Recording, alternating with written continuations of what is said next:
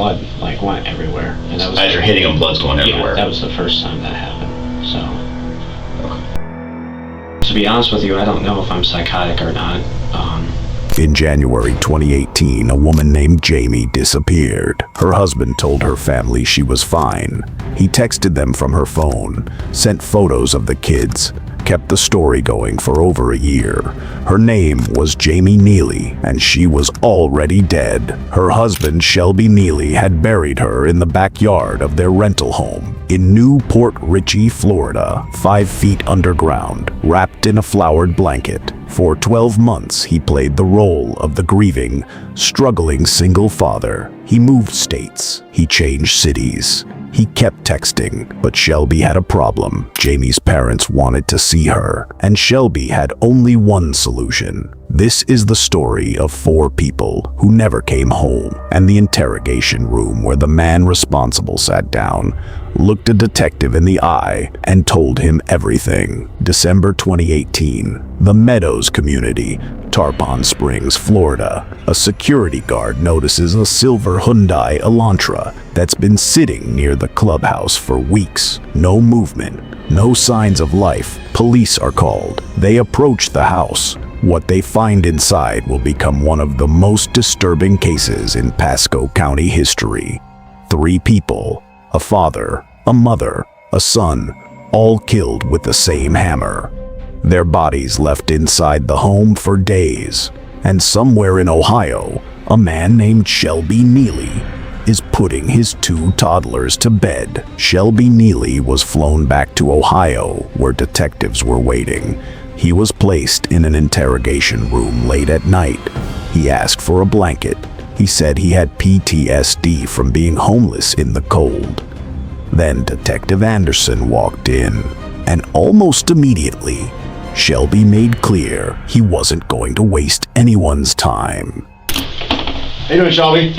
Detective Anderson, have a seat. Cold? Yeah, some coffee. I heard you wanted some coffee, so we got you some coffee. I appreciate it. Right. I understand you wanted to talk to me? Yeah, well, I thought we were going to get this done in the morning and everything. I didn't know. Would you prefer to talk in the morning? I'm here to, I want to talk to you as soon as possible. I came a long way to talk to you. Yeah, how late are you here till in the morning? Well, man, I'd rather do it now. I mean, I traveled a long way in a short amount of time. We'll do it now, man. Okay. We'll do it now. All right. I apologize. That's okay. Hey, like I said, I'm here to listen to you. I want to hear everything you have to say. I don't care if it takes all night. Okay. Do you think I could possibly get a blanket, though? I can ask. I do. I hate to ask. I just have bad PTSD with a cold. cold blanket or anything like that? Yeah, sure. All right, they're gonna get you one. Thank you. All right. I'm sorry. I just have No. bad PTSD with coldness. PTSD with coldness? Yeah. Okay. I was homeless for like half a year in the winter of 2015 and 2014. Oh, really? Where was that at? Up here in Ohio. That's a bad place to be. Okay. All right. Before we start talking, just one formality. I have to give you this form. Can you read and write? Mm-hmm. How far did you go in school? To 11th grade. 11th grade, so you can read and write. Yeah. The English language, you have no issues. You don't need any assistance. You don't need anybody to read it for you. No. Okay. What I need you to do for me is print your full name. Then I need you to read questions 1 through 5. When you get to question 6, initial yes or no. Mm-hmm. Question 7, read it, initial yes or no. Then your full signature and today's date at the bottom when you're done. Okay? I don't have to read it out loud, do I? No, Okay. unless you have a question. And hopefully the coffee will warm you up and we'll get you the blanket. Yeah, sorry. No, you're good. It's cold. I got off the plane and I said, oh my goodness, it is freezing. You came up from Florida? Yes. I take it? Okay. So does that mean I'll be riding with you when we go down? No. No. It is the 4th.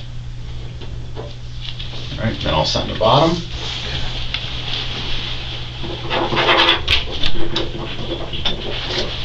Thank you.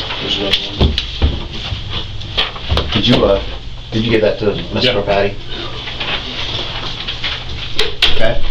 All right, well, the floor is open to you, Shelby. I want to hear, like I said, I traveled a long way to talk to you. I want to know everything and anything that you want to tell me about whatever you want to talk about.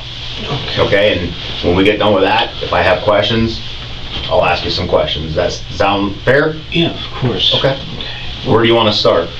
Well, we're not going. We know why you're here. It's for the 3 deaths and everything. Okay. Correct? Okay. Well, obviously I did it. I'm trying to think of where I begin this long story. No denial, no lawyer, no deflection. Just, obviously, I did it. Shelby Nealy had grown up in Ohio. By his own account, a relatively normal childhood, until his birth father took his own life the day after Shelby's 17th birthday. From there, the spiral began. Early marriage, domestic violence charge, homelessness, petty theft to survive. And then, in April 2015, Jamie. Well, I want to start way back. Way back? Childhood. How was your childhood? Oh, we want to go there. You know, it was a good, man. Mom and dad both there? Single mom, single dad? My birth father, he was in Texas my whole childhood. But, you know, I had a stepdad and he took care of me, and I considered him my dad. Okay. And everything. I would say I had a relatively good childhood. Really started going downhill when my father killed himself. My birth father. Okay. How old were you when that happened? I was 17, and it was the day after my 17th birthday. Oh, I'm sorry. That's terrible, because every time you think of your birthday, you think of that probably, right? Mm-hmm. Yeah, that's not easy. Yeah, so I don't really even celebrate all like that. Yeah. But for the most part, my childhood was good. Are my kids taken care of? Like, my mom picked them up and everything? I can ask. I believe they were with the child protection people, but usually I was on a plane, so I can't say exactly where they are. When we're done, I'll find out exactly what you want to know, and then we'll speak to the officers that are from this area, and we can better inform you of exactly their location. Okay. Last time I checked, my mom was on her way. Okay, she may have. Yeah. Like I said, I literally, Shelby, I got off the plane, and I came straight here. Yeah, and I'm sorry about all this, you know. I didn't want to do any of it, man, to be honest with you. I mean, but continue with your questions. Okay. So your dad passes away. Yes. And then you're with your mom and your stepdad? Yes. Okay. How was it growing up? I mean, good? I mean... You said it was relatively good childhood? Yeah, childhood was good. I didn't run into problems until literally in my early adult life. Like, literally as soon as I turned 18. So when you were a kid, how were you disciplined? There was no, like, physical abuse, mental abuse? No. I mean, I would get disciplined like any other kid. I was bad, you know. Everybody has different... Get ground from my stuff, get my stuff taken away, but, you know, I wasn't the easiest of children to deal with either, you know. Like, getting into mischief, or...? Yeah, I was very mischievous and rebellious growing up. I also got prescribed ADHD. I just think the rebellion came from, like, strict rules and everything, like a normal child. Right. You just didn't like the rules? Yeah, so I would just break them and everything. Well, kids go through that. Yeah, my I don't know if I'm psychotic or not, but my psychosis didn't really start taking effect till I was, like, starting to go through stuff. Early adult life, I turned 18, I moved out of my parents' house, you know, I'm still in school, I'm smoking weed and all this shit. I knock up a girl, and then just somewhere down the lines, I drop out of school, we marry, and I don't know, shit was just, I think I just had too much going on my plate back then. That's a lot for a young man to handle. I just was still dealing with my dad's death and everything, so I started lashing out and hitting her and everything, and the marriage ended. And what was her name? Her name was Caitlin. Caitlin? Yeah, okay. but we're on good, just because all that stuff happened back in the past, we're on very good terms now. Did she have the child? Yeah. Okay. Yeah. And how old is that child? She is 6. And what's her name? Mackenzie. Mackenzie, okay. Yes. All right, so go ahead. I didn't interrupt you. So I went to jail for domestic violence for like a couple of days, and you know, that was a real I would say a wake-up call, but then it really wasn't, because like I started doing criminal stuff, you know, because then I went homeless shortly after that, so I started going into Giant Eagle and stealing my food and everything, and then I would go to jail for that. So really, like 18 and 19 were like my jail days, honestly. Like I was doing not super bad stuff, but you know, not. Were you doing stuff to survive? Yeah. Or were you doing it just because you were bad? No, I was doing stuff to survive, like Right. stealing food. You know, occasionally I would steal fun stuff, because I was homeless and I wanted to have some type of fun. Because I had like a DVD player that I carried and everything, so I would steal some DVDs here and there. Well, let me ask you on the homeless part. Yes. You said your mom was good. You had a stepdad that cared for you. Yes. Did you were homeless by choice? You didn't want to live by rules? Oh, no.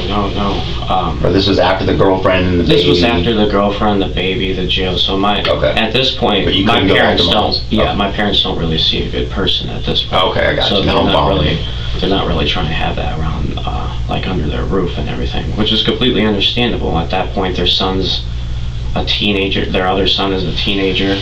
You know, I was smoking weed and all that stuff. It was an influence they needed, but that homelessness definitely up a little bit. Okay. Like I could definitely tell I got PTSD from it. So how long were you homeless, approximately? 6 months. 6 months. And what changed? When I met my second wife, which is their mother. Jamie. Yes. Okay. And how did you meet Jamie? I was a manager at Burger King by this point. Her brother was my employee. And where is this at? What city and state? This is Ohio. This is actually up here. Okay. Before we all moved down here. Okay. Ohio. What city in Ohio? Parma. Parma. Okay. I went home with him one night and to smoke weed, and she was just sitting there in the garage, and we sort of just hit it off from there. Okay. So, and like approximately when was that? Like what month, week, year? Do you remember? It doesn't have I to could be tell you exact. it was 2015. Oh, when I met their mom. Actually, I should be able to. Yeah, when you met Jamie. It Doesn't have to be exact, just approximate. I want to say around April 2015. April 2015. Yes. Okay. And then was it like one of those love at first sight things? Yeah, or it was very quick. hot and heavy quick? Yeah. Jamie had a documented psychiatric history: schizophrenia, bipolar disorder. She had attacked her own parents in October 2017.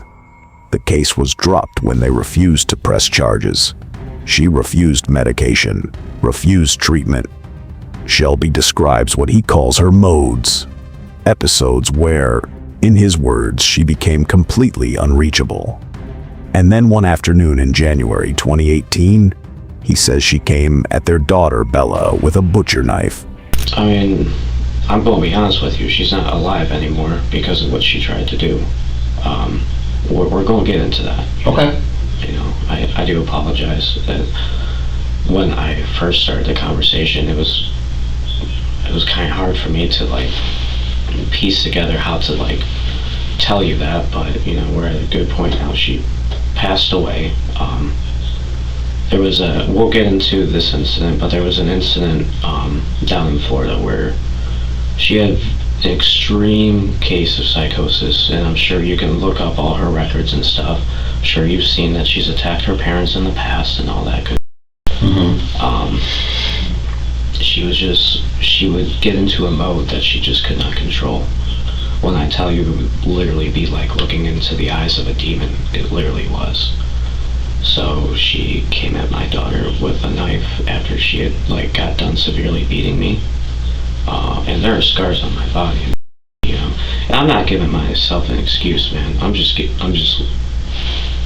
telling you the reason as to why it happened. But when you come at my daughter with a knife, you know, I have to stop you. Right. And unfortunately, I went too far. I choked her out, and then when the blood started coming out of her nose, I stopped. But It was too late. it was too late. And where was that at? This was at a house This was the last house that we had down in Florida, and this was about a year ago. So she's been deceased for a year? Yes. Okay, was that in West Palm? No, this was in close to Tarpon Springs. Pasco? Newport Richey. Newport Richey. Pasco. Do you remember the address? Dude. I know it's Norwood Avenue. Okay. As for the exact number, I do not remember. Okay. Do you remember? I could point out the house to you. Okay. Do you remember the color of the house? Yes, it was white. White house? It was, you turn on the road, it was the third or the fourth house on the left.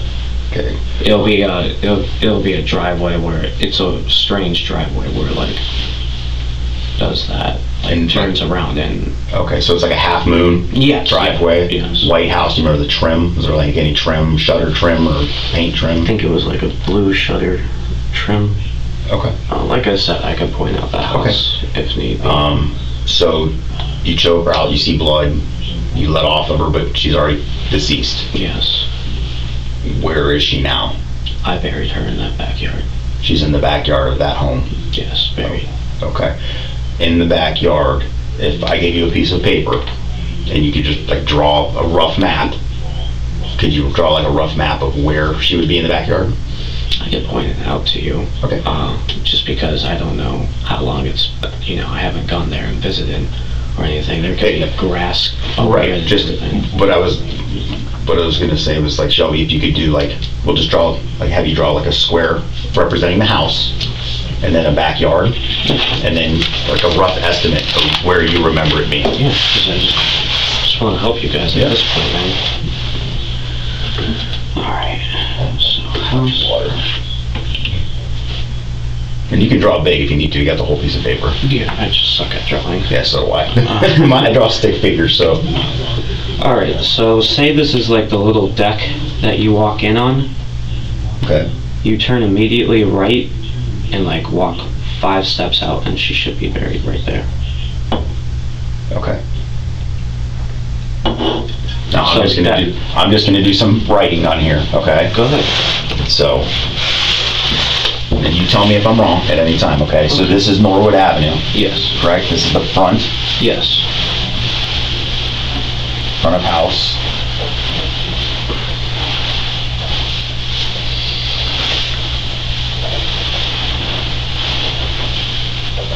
Okay. And there's some kind of a wooden deck off the back. Yes. Okay, and I'm just gonna draw an arrow, wooden deck. And then To the right. 5 paces to the To right. the right. Outside the deck, yes.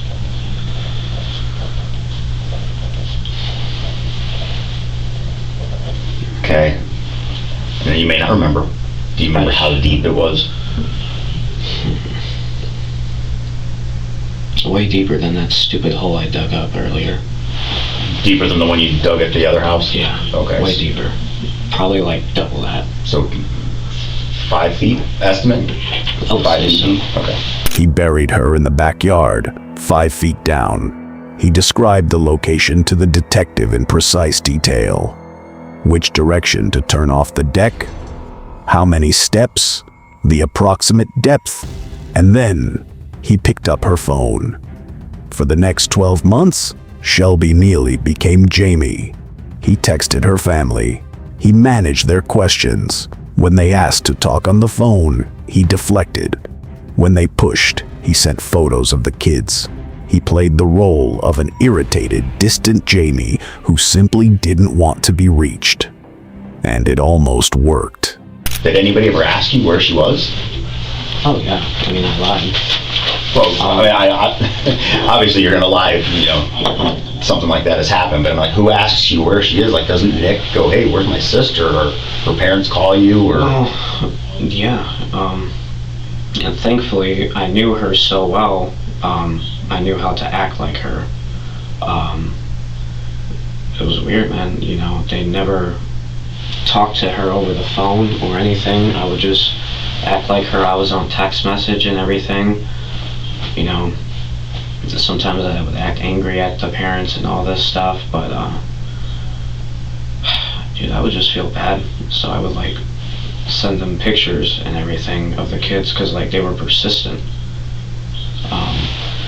And of course, you know, everybody else, you know, because I left Florida immediately. After that? Yeah. By late 2018, the walls were closing in. Shelby had lost his apartment in Texas. He couldn't hold down a job because he had no childcare. He had no money. And Jamie's mother, Laura, kept pushing to see her daughter. Shelby told her they were coming to visit. He planned to delay, deflect, cancel. But then he lost his housing and realized that he had nowhere else to go. He started driving south, and somewhere on that highway, he made a decision. Unfortunately, now I'm seeing something has to be done because I don't want to get caught. And I basically go down to Florida. I do that. Okay, let's back up because I want to. Yeah. We need to be more specific as possible. You're doing awesome. Okay. At what point in time, what month was it like a spur of the moment thing? I'm going to Florida, or were you like devising a plan? Like I need to go to Florida. It was more of a spur on the moment thing. Like. Okay. So what day of? I'm assuming it's December. Well, correct? it actually worked like this because I was going to lose my place too. Because I couldn't hold my job because I was running into the whole babysitting Childcare again. And so I think I just got into a mode of panic, to be honest with you, because that was the first real time that I didn't know how I was going to keep it together and everything. Right. So what at that point in time, what kind of? So, and also on top of it, I had told her that we were coming down there to vacation to like kind of hold her off and everything, and now that's and you say her, you mean Laura? Yes. So you call, did you speak to her, or was it a text message? Text message. So through text message, you tell Laura in Florida, hey, did you imply that Jamie was coming, or did you say Yes, me and the kids? I implied that Jamie was coming. Okay, so I'm sure she was excited, right? Yes. Okay. And when was that about? Do you remember the date that you initiated the contact and saying you were coming to Florida? I want to say August. Oh, way back in August? Yeah. Okay. Because, now granted, I had no intention of going down there. Right. I was just trying to hold her off, and then I was going to be like, we're busy with work, this and that. And unfortunately, I lost my place by the time that time period came up, and I don't know. I was afraid I was going to get caught. You know, I was coming up on a year that she was dead and everything. I just wanted to, this is going to sound retarded, but at the end of the day, I just wanted to make sure my kids were okay, you know? So were you worried that they were going to try to take them from you? I was worried that they were going to try to take them from me. I was worried that, honestly, no offense to them, they were great people, and I did care about them and love them greatly. I did. I actually got along with her more than my own mother, right? Which is sad. You know, I didn't want to do this, man. I didn't want to do any of this. But they just don't know how to raise kids, man. Like, flat out. Okay. Well, let me ask you this. So you initiate conversation with Laura, August. When do you leave Texas and drive to Florida? What date? I can tell you it's in the beginning of December. As far as the exact datage, I would have to go through my phone to be able to tell you that. Okay. Like, in relation to Christmas, how many weeks prior to Christmas do you think that you got to Florida? It was definitely like beginning of December. Beginning of December, you drive from Texas to Florida. What are you driving? Her old car that I had. Jamie's old car? Yes. Is it a Hyundai? Yes. Do you remember what color? Silver. Silver Hyundai Elantra? Yes. And what, does that Texas tags, Florida tags? Florida tags. Okay. Yeah. Where's that car at now? It's actually parked at the Meadows. It is? Yes. Okay, is it by the clubhouse? Yes. Okay. Yeah. So it's a silver Hyundai Elantra, 4-door, you remember the year? 2010. 2010 silver Hyundai Elantra with Florida tags, parked at the clubhouse. Okay. So you're not sure the exact date? In December? Yeah. Beginning to mid? December? No, it was beginning. Beginning in December. You pack up the kids. Pack up, I'm assuming, the stuff you're taking with you because you're leaving everything else behind, right? You drive to Florida. Does she know you're coming, or you just kind of show up? No, she knows I'm coming. She knows you're coming. However, she thinks that Jamie is staying behind due to work issues and everything. Okay. So you arrive. How's it go?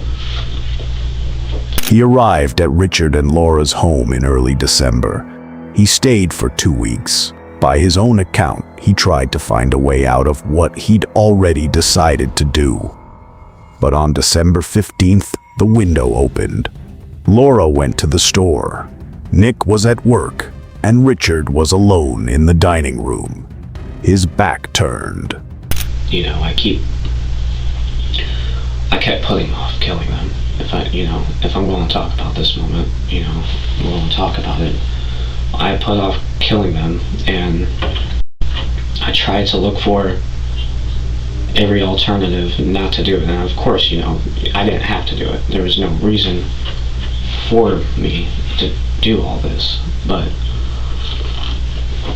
I felt bad. I kept putting it off. They were enjoying time with their grandkids, and At what point in time did you decide I have to kill them? Was it when you were driving there? No. I fought with it literally up until I did it. Okay, so when was your first thought of, I need to kill them? Oh, it was definitely on my way there. While you're driving there, Yeah. you're thinking to myself, I need to kill them. Yeah, if I'm going to survive and raise these kids and not get caught.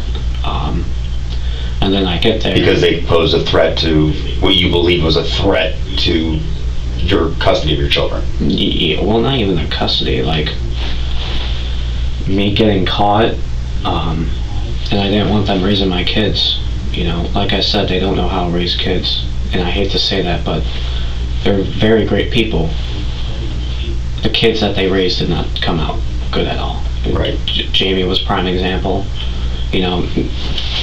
Nick, he was just, he wasn't even a person. He was just there, living. He just sat there, played video games, went to work. December 15th, approximately 1 p.m. Laura had gone to the store. Nick was at work. Bella and Oliver, Shelby's 2 toddlers, were locked in the bedroom with the door closed, and Richard was sitting in the dining room. Shelby went to the kitchen, opened a drawer, and took out a hammer. Who do you Laura. go to first and then second? And Laura goes to the store, Nick's at work, and that's the perfect time to get Richard. So he's got his back to me. where is he at? He's in the, you enter the house, you go to the left, that dining room type area. Correct. Is That was where you blocked had- off by the couch and everything. Yes. Um, Where you had the kids' toys set up? yeah. In there. Okay. Yeah, that's where he passed away. Okay. And you said you didn't want him to see it coming. Yes. What did you hit him with? A hammer. A hammer? Yes. Okay. And I basically killed him with it. Okay. So I'm assuming when you say where's the first place you struck him with the hammer? In the back of the head. Back of the head, like right in the middle of the back of the head. You Yeah. just came up behind him and Yeah. hit him. Does he fall? Yes, he falls. Just falls to his knees, or No, he's unconscious, and then one shot and he's out? well, he's Unconscious. unconscious. Yeah. Okay. And then I whack him again a couple of times on the head to give him a quick death. Do you remember where on the head? No, because if I'm being honest with you, I wasn't trying to commit the act in the first place, so I'm not really trying to look. I know I definitely got him right here, but all I really did was bash him a couple of times and then walk away. Okay. And then he passed away. Did you hear him still breathing, or? When I did, I would go over there and whack him just to try to get him to be done, because I didn't want him to suffer anymore. So, after you hit him the first couple times, you walk away, and I just don't want to put words in your mouth. You hear him, so you go back and you hit him a couple more times? Yes. Okay. Yes. And how many times did you have to keep going back? That was the only one time that I had to go back. Okay, so if you had to guesstimate how many times you struck him with a hammer, what would you think? I would say 5 to 7 times. 5 to 7 times, and it's right in the area by where your kids' toys were at. Yeah. Okay. Where are Bella and Oliver at when this is happening? They're in the room. They're in the bedroom you were staring at with the door closed? Yes. Okay. Did they come out? No, they can't open doors or anything like that. They can't open doors? No. Okay. No, I had the room completely baby-proof for them, so they were safe. They never saw anything of that sort. I always kept them away from that. Because you said that was the 15th into the 16th, right? Yes. So 15th at 1 to 2, Rich, right?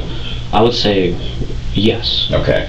Laura comes home from, okay, so Rich goes down, you know for a fact you've killed him. Yes. What do you do next? I know you said you drug him, but how do you drag him? He's a big guy. Oh yeah, he definitely was. I had to use that carpet. However, where was that carpet located? It was right underneath him when it happened. Oh, it was? Yeah. Okay. However, I waited until the mom got home to move. So you left him there on the rug until mom comes home? Yeah. Now when she comes home, does she come in through the front door, that sliding door? She comes in through the front door. Through the front door. They never came in through the sliding door. Okay. I don't know if that's important or not. Information for you, but... So where are you at when she comes in the front door? Oh, I welcome her and everything, and then she's walking towards the kitchen, and then I get her before she sees anything coming. So she never saw her husband laying there? Mm-mm. Okay. So was she carrying groceries? She was carrying coffee. Carrying coffee? Yeah, which was sad. Okay, so she's carrying coffee. You greet her at the door. Yeah, and she then starts starts walking towards the kitchen. Still doesn't notice her husband. Okay. And then I basically take her out before she can notice anything. Okay, and where do you hit her? Same place. Back of the head? Yes. Okay. She drops immediately? Mm-hmm. Okay. And then... So she's in the same room as her husband? No, she's in a different room. Okay, where? She is in the living room, walking towards the kitchen. He's in the dining room. Okay. Towards the left and everything. Like I said, I don't know how the she did not see him when... So she basically walked pretty much right by him from what you're saying? No, she did not walk by him. No. Like I said, I don't know, do you remember the layout of the house? If you want, you can draw. We'll give you another thing, and you can draw. Yeah, because I'm just trying to make it... Yeah. Just draw it bigger scale. I know you said your drawing's not good. I don't care. Okay. We're not here for our class, so. Yeah. Alright, so front door.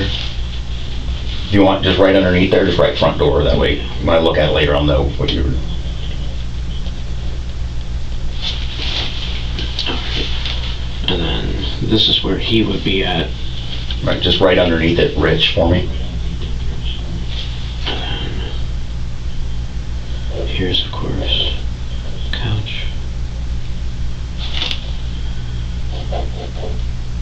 TV. And then she walks.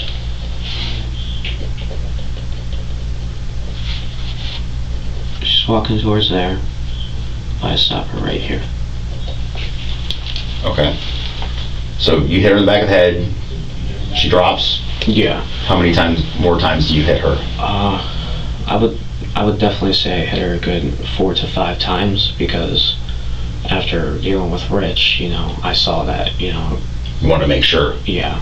Okay. I want to make sure that you're dead and not suffering, because that, I know it's but that was the last thing I wanted, was for them to suffer. You said they were good people. Yeah. They were didn't. very good You said they people. didn't deserve what they got, right? Where did you get the hammer from? Them. Was it in their shed? It was in one of the drawers, like a junk drawer in the kitchen? Yeah. Okay. Okay. So she's on the ground. They're both deceased. Mm-hmm. What time do you think it was that you get her? She was like literally in the 2 p.m. range. Okay. So approximately an hour later, you get her. Yeah. Okay. So they're both down. Drag both of them. Which one do you drag first? Definitely Rich. Rich. He's on the area rug. Yeah. So you tell me. You got to tell me how you did it, because he's a pretty big dude, and I'm not taking this to offense. You're not near as big as he is. Oh yeah, that's gotta. You had to busted your ass to get him back there. God, did I ever? Yeah. How long did it take you to get him from there down the hall and into the room? Dude, honestly, only 5 minutes. Probably your adrenaline's through the roof, right? Yeah. I mean, you gotta be like, do you know when Nick's coming home, or is it like, oh, I gotta get going, Nick could come home, I gotta get them out of the way? At that point, I didn't know when Nick was coming home. So you're right. Definitely adrenaline played a big part into it, I think, moving him. But yeah, I got him out of there in like 5 minutes. And then I moved her in there. And then I cleaned up all the blood with the mop and everything. Richard was dead. Laura was dead. Their bodies were dragged to the bedroom. The floor was mopped.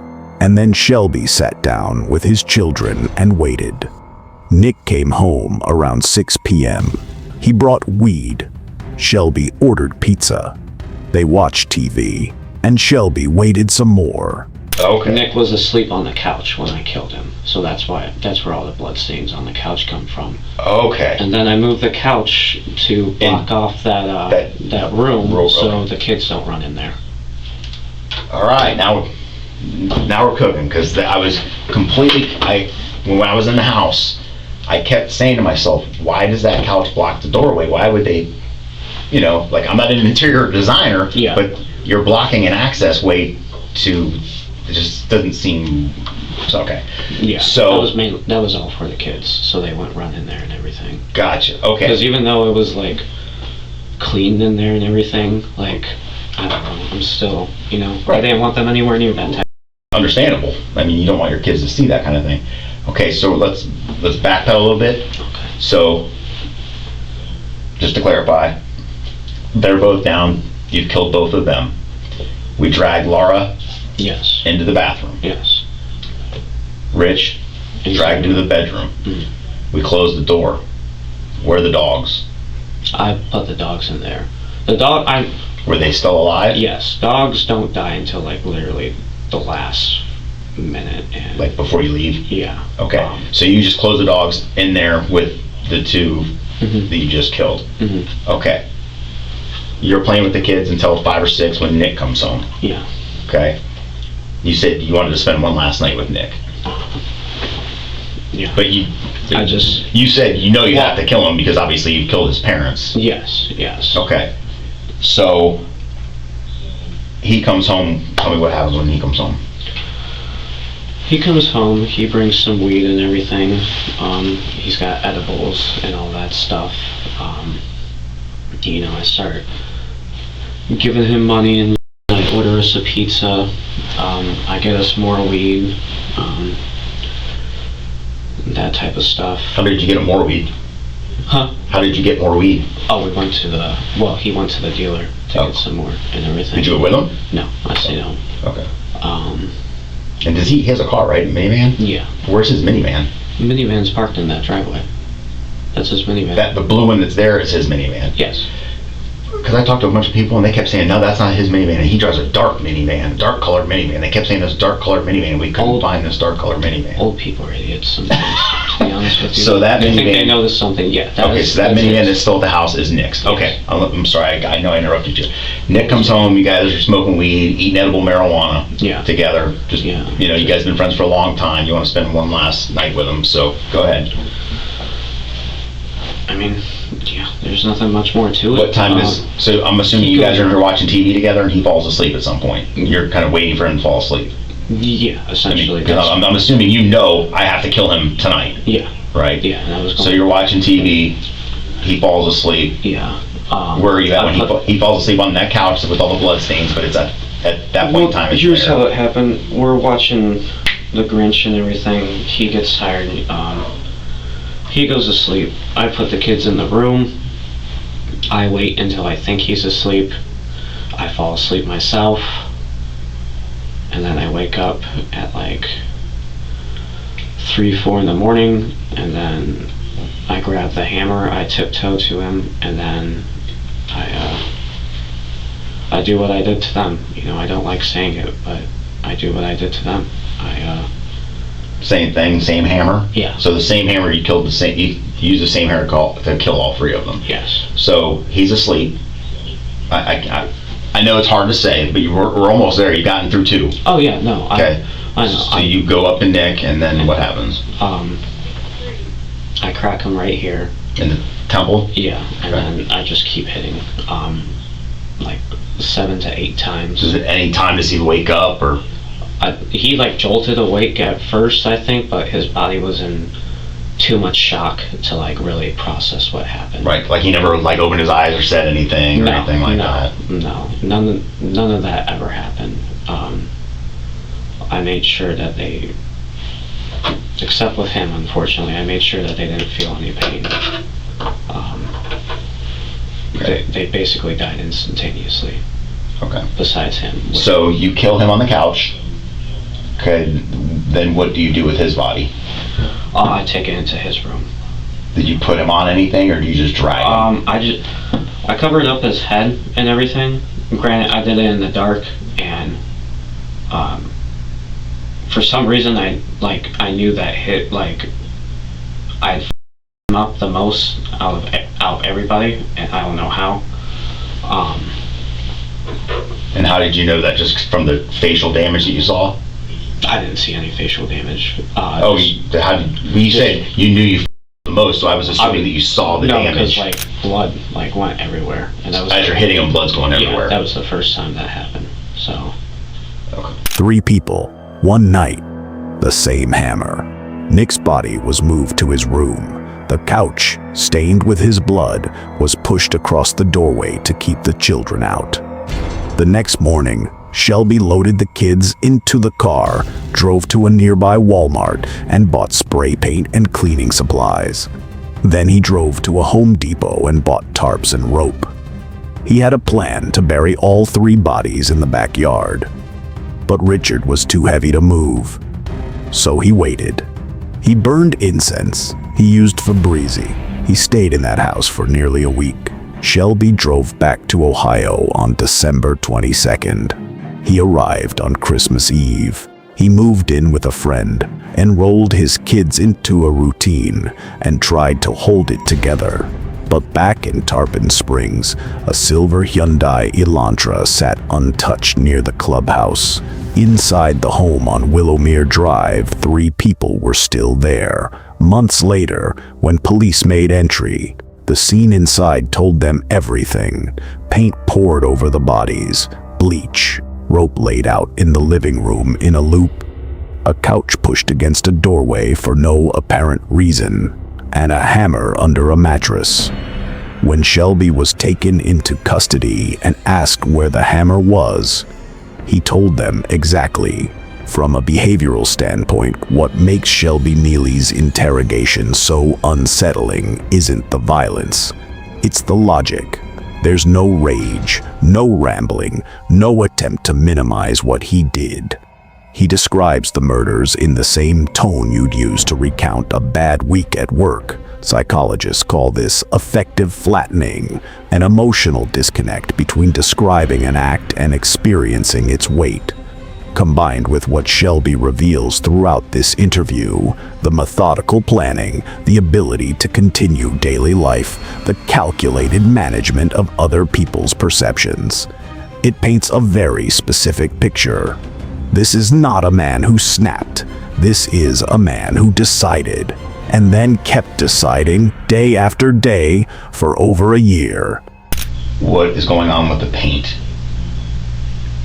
Oh, you mean on the bodies? The paint that's poured all over them and it's slung all over the walls and there's egg on the walls. What happened there? Alright, so let me take you into a little trip into my mind. I thought the paint would not stop the decomposition, but block out the smell. Okay. So that was one of the theories we had. Yes, block out the smell. You guys were correct. Okay. As far as for that paint and egg on the wall and all that, mind you, I had poured that stuff on them before I knew that I was not going to be putting them in a hole. So therefore, with the house with my ex-wife, I was trying to trash the house to make it look not focusing on the fact that somebody died there. Yeah, something else might have happened. That something awful had happened there. Yeah. Okay. But like I said, that was done time period before I realized that I could not get them in that hole. Okay. And all the chemicals, did you pour chemicals on all of them or was it just Nick? Just Nick. Okay, was there a reason, just Nick? He was the most foul-smelling one, so I was really trying to block out the... And it looked like, and you tell me if you you may not remember, it was like a gallon of bleach, pine sol. Yeah, all that. Was that stuff that was in the house, or was that stuff you had to go buy? No, that was stuff that was already Just in all the house. household chemicals that you had. Mm-hmm. What'd you do with the hammer? Oh, you know what? It's in the house for you guys. It's underneath the bed. It's in the house that you're in now, underneath the bed. Oh, no, not my house. It's underneath their bed in their house. Is it underneath Rich's bed? Mm-hmm. Underneath the mattress? Underneath Rich's bed. Just on the floor? Yeah. Okay. Shelby Nealy directed detectives to Jamie's grave on Norwood Avenue. He drew a map. He gave them the address. He described where to dig. He told investigators where to find the hammer, where to find the evidence bags in the Kia, where the phones were thrown from a moving car on a highway in Ohio. He answered every question, not because he felt remorse, at least not in the way the word usually means, but because, as he put it himself, he had always known this day was coming. And he had decided a long time ago that when it did, he wasn't going to lie. Richard and Laura were found inside the home on Willowmere Drive. Nick was found on the couch. Jamie was found in the backyard on Norwood Avenue, exactly where Shelby said she would be. Shelby Nealy's children were placed with their grandmother. Shelby Nealy was extradited to Florida and charged with 4 counts of first-degree murder. The interrogation you just watched lasted approximately 4 hours. Every word in this video came from his own mouth, in that room, on that night. Richard, Laura, Nick, Jamie, 4 people who deserved better than a backyard, a tarp, and a year of silence.